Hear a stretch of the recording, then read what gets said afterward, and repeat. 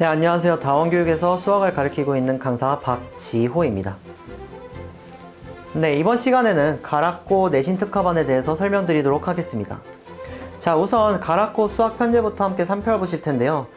가락고 수학 편제 같은 경우는 그렇게 특이한 점은 없습니다. 그래서 고1 때는 공수 1, 2를 나가고요. 고2 때는 대수 1과 미적분 1을, 그리고 고3 때는 확률과 통계를 나갑니다. 이제 그 외로 진로 선택으로 기하, 미적분 2 과목이 있는데요. 아무래도 이제 내신이 5등급제가 되면서 학생들에게 굉장히 중요한 건 내신을 잘 따는 것입니다. 그래서 고1 학생들이 학기 중에는 내신을 잘 짤 수 있도록 집중하고, 방학 때는 이제 고2에 나갈 대수 1과 미적분 1을 반복하고, 이제 고3 때 배울 이제 확률과 통계까지도 공부하는 것이 중요하다고 말씀드릴 수 있겠습니다. 자, 그러면 가락고 수학 문항 구성에 대해서 이제 설명드릴 텐데요. 여기는 좀 문항 구성이 특이합니다. 객관식이 무려 22문항으로 배점이 85점이나 됩니다. 그에 비해서 서술형은 2문항으로 각각 배점이 6.9점으로 크면서 각 두 문제의 호흡이 긴데요. 제가 이제 이런 가락고 수학 시험에서 이런 특이한 문항 구성에서 고득점을 하기 위한 방법으로도 설명을 드리자면, 아무래도 서술형 문항이 호흡이 길다 보니까 서답형 특징상 끝까지 다 풀지 못해도 풀이법을 아는 데까지만 써도 이제 부분 점수라는 걸 받을 수 있습니다.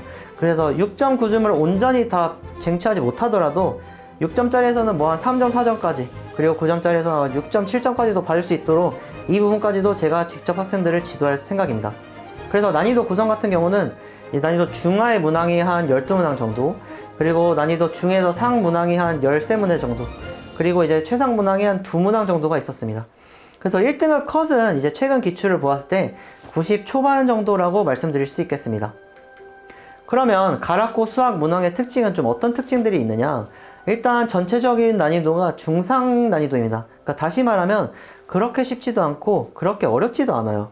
그리고 객관식 수가 아까 말씀드렸다시피 22문항으로 굉장히 늘어났습니다. 그리고 배점도 아까 말씀드렸다시피 85점으로 크고요. 그리고 다양한 유형의 문제가 나오는 것을 확인할 수 있습니다. 그래서 이러한 문항의 특징들을 가진 가락고 시험에서 어떻게 고득점을 할 수 있느냐? 첫 번째, 실수 없이 정확하고 빠르게 푸는 것이 굉장히 중요합니다. 그래서 이 빠르게 푼 문항을 바탕으로 세이브한 시간을 어디에다 쏟아야 될까요? 네, 아까 말씀드린 난이도 상과 최상의 이제 분배해서 이 문항들까지 잡을 수 있어야 되겠죠. 그리고 아무래도 객관식 수가 늘어났다 보니까 다양한 유형별 문제가 나오는 것을 확인할 수 있었습니다. 그래서 시중 문제집에 나오는 유형뿐만이 아니라 제가 신유형까지도 학생들에게 제공해서 이러한 신유형까지도 충분히 연습하고 체화할 수 있게끔 학생들을 지도할 생각입니다. 그리고 말씀드렸다시피 다양한 유형의 문제가 나오다 보니까 학생들이 유형별 문제 풀이법을 이해하는 데서 끝나는 게 아니라 직접 손으로 쓰면서 풀 수 있게끔 체화까지 하는 단계까지 이룰 수 있도록 제가 함께 지도할 것입니다. 자, 그러면 가락고 수학 시험에서 이제 상위권으로 도약하기 위한 공략법은 어떤 것이 있을까요?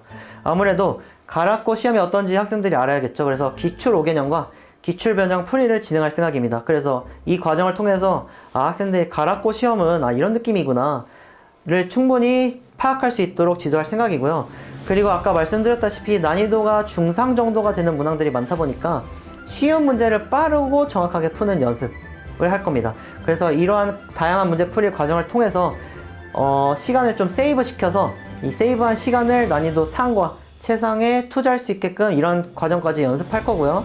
그리고 제가 보니까 이러한 유형이 어디서 좀 많이 나왔느냐, 좀 보니까 가락고 유형 같은 경우는 뭐 올림퍼스 고난도나 뭐 스매싱, 뭐 블랙라벨 이런 데서 나와서 제가 좀 보고서 이러한 유형은 학생들이 좀 충분히 연습할 필요가 있다 하는 문항들을 제가 계속해서 반복적으로 연습시킬 생각입니다.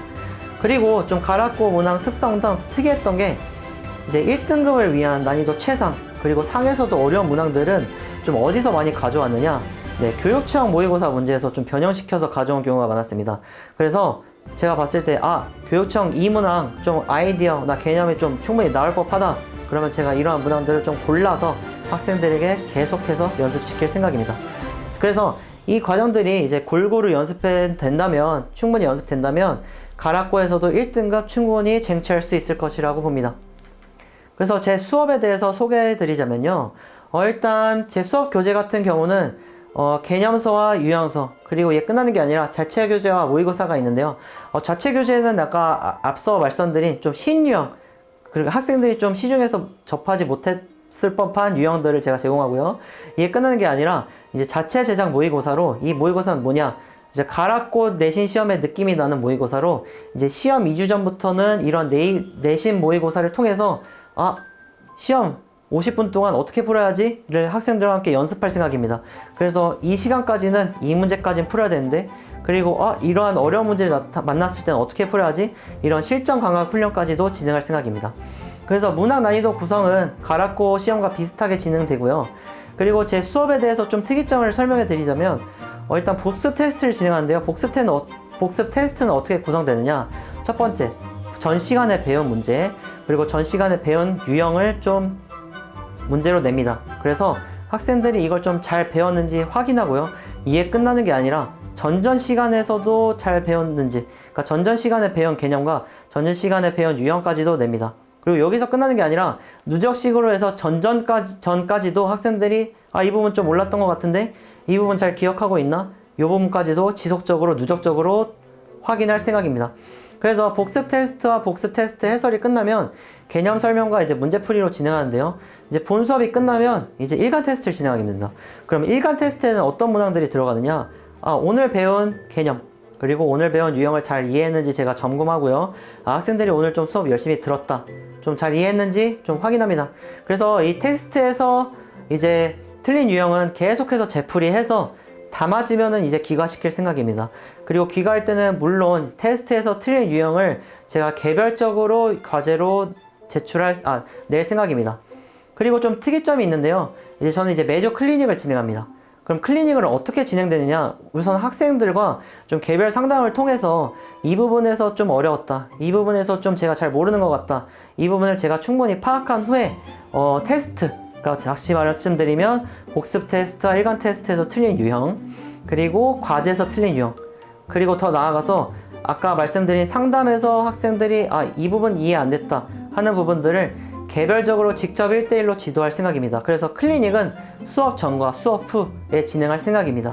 그래서 이 과정들이 충분히 복습해서 진행된다면 학생들이 1등급 충분히 쟁취할 수 있을 것이라고 봅니다. 그래서 저를 믿고 따라와 주신다면 가락고에서 좋은 성적 낼 수 있도록 보답하겠습니다. 끝까지 들어주셔서 감사합니다.